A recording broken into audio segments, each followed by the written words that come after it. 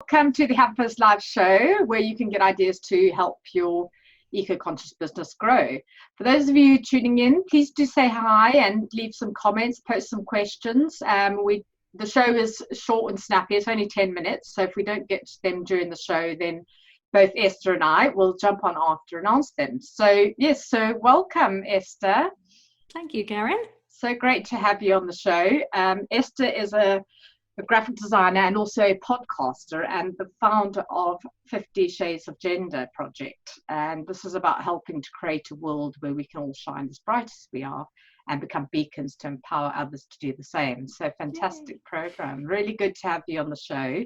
Thanks for having me. So we're going to be talking about the 50 Shades of Gender project, but also the journey that it's taken you to build and maintain the podcast. So how difficult has it been to kind of set up and maintain a podcast? Well, I mean, it's very important to have the consistency, with the podcast. So for me, the prep time took quite a while. I mean, it's the idea me and my partner came up with years ago, and it sort of just got left, to simmer in the back of our brains. And then I think it was end of 2018 where it just started coming up more and more. And I know when something needs my attention, that's when it keeps popping into my head, right? So I then started having conversations with people, because initially it was going to be a book. Started with a book idea. And then I started having conversations with people, just a few here and there, like not many at all. And I thought, excuse me, at some point I thought, why not use the audio as well? Like rather than just have it transcribed to make the book. So the idea for the podcast was born. And so I had, I think, end of 2018, had a conversation, and then maybe a handful in 2019.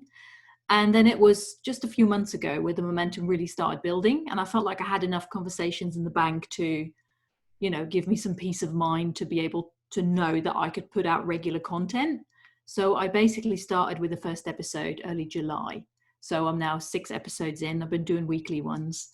And I'm now at a stage where I need to have more conversations with people and have more recordings, and all that. So it took a while to build. It doesn't have to necessarily. That's just how long it took for me. So in this particular project. So Okay, wow. So it's been a long time coming. But so what inspires you for kind of ideas for each episode then? Where do you get your ideas? It's very much, well, right now it's kind of very much an in the moment thing, because it's all about conversations with people who are gender diverse, basically. So they might be transgender or non-binary or anything else, really, just not cis, I suppose.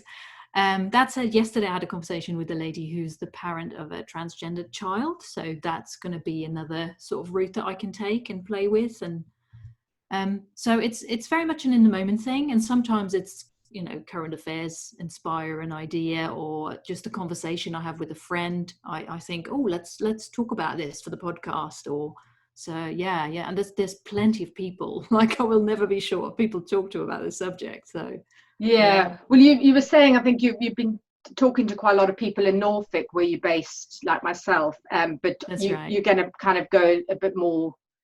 Yes, I mean, the book project is very much a local project. It's going to be 50 stories of people on the gender spectrum, basically, in and around Norfolk.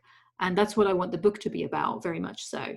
But the podcast can be anyone from anywhere, basically. And I just want to get people's stories out there so people understand the subject more and can relate to people more, and then hopefully be more accepting of people who are different than themselves. So so how long does it kind of take, sort of planning for other people who want a podcast? I mean, I know you said you've had the idea for years, but how much kind of time actually goes into it, sort of finding the people, thinking about the conversation, editing the audio, putting it up and out there? You know what, quite a bit. It's good to start with the plan, obviously, because a podcast is really a commitment, and it is something you kind of need to invest in and do it on a continuous basis, like not forever, I mean, because that's a lot of pressure, isn't it? But like something on a consistent basis. Otherwise you might be better off just doing the odd Facebook Live or anything like that, like kind of like you're doing. You could expand this into a podcast for sure. So it's very much a commitment, and then obviously your podcast needs to live somewhere. So I invested in podcast hosting. There's now a lot of platforms that offer that, all with their different pros and cons. So there's a lot of possibilities there. Yeah, I've got a template set up for my posting on social media that I do after I, put the episode out. So it does need that consistent promotion as well. My partner does a part of that as well, because I'm okay with Facebook and Instagram because it looks pretty, but Twitter, I can't be bothered. I can't be bothered with Twitter. I've got some stuff on LinkedIn too, but anything in addition to that, or stuff that or platforms that I'm not necessarily on, I do try and get help with that. I've been doing the audio editing myself and learning a bit about that. And I found that like for every hour of audio, I can spend 2 to 6 hours editing. Wow. It really does vary. So I'm obviously still learning. So I might get help with that at some point. I might try and simplify it a bit more because I can get a bit lost in detail and get too particular and fussy about it. So I need to kind of stop myself and think, it's enough. It's good enough. Just put it out there. Yeah, and I think as you do it more and more, you'll get more into the flow and have less editing to do, won't you? Yeah. So that's another reason why I wanted to have several episodes in the bank, so I could focus on practicing this stuff basically and just figuring out how to do it. And I mean, I like some of the details got me a bit stuck. Like I wanted to put music behind the tracks, and things like that, but I just haven't been able to find the right tune. So at some point I thought, forget it, I'll just get on with it without the music. And so I recorded an intro, and then for every episode, I do a short episode intro as well, and an episode outro, and then there's the generic outro. So I've got 5 pieces to each podcast, basically. But you can just start really simple, keep it really simple, and just start basically and put stuff. I think out. that's the key thing, is just making sure that you make a start, isn't it? Exactly. And just the one last question that I wanted to ask you was, how do you kind of fund it? I know you've got something through Patreon, isn't it, where people can kind of subscribe to support it? Yeah, that's right. I mean, I'm just building that, so it's in its very early stages. So Patreon is kind of a membership type, situation, and people can become patrons and pledge a certain amount a month. So you set what amounts they can, pledge basically, and it's good to have different levels.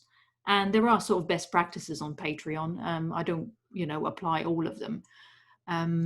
But yeah, so you can set, from $1 a month right up to whatever you like, really. And you can offer people at different tiers, different things or different benefits, because it's good to make it, give them an incentive to do that, and give them maybe behind the scenes or exclusive bonuses or, stuff like that. Just give them a reason to support you.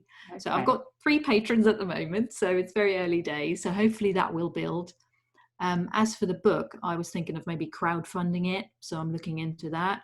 Okay. But yeah, it does take time to build up. And I'm doing it alongside my main work, but with COVID and everything, things had slowed down a bit. And so thankfully I've had a bit more time to focus on this. So it's had its, pros as well. Yeah. Fantastic. It just sounds brilliant. I think the podcast brilliant, and I think the book idea as well is really, really, really brilliant. And I love the title. I think that's just fantastic. I think you've hit it right. You've got something really unique there. So so how can people find out more about that? Where can they find you?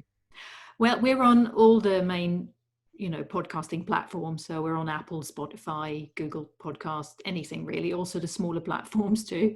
And also you can listen on the website, which is 50shadesofgender.com. Okay. And you can find out more information there about the project as well and learn things. And it's very much in the early stages. So we're expanding on it a lot as we go. So, fantastic. Oh, well, I look forward to seeing the journey and where it ends up, and love to have you back on the show maybe later in the year or early next year and just see how things have progressed. If you'll come and join us, that would be fantastic. Yeah, we'd love to. Thank you so much for joining us. Unfortunately, we're out of time for now, but anyone with comments and that, there's a couple of people commenting now. Hi Nikki, hi Gail. So we will both hop on afterwards and respond to your questions and share some links. And yeah, until next week, I've got the next show will go up on my HubFizz page under the events in the next 24 hours. And so, yeah, thank you once again, Esther, for joining me. And thanks for everyone for tuning in. And we'll see you same time next Tuesday at 11. Cheers. Bye.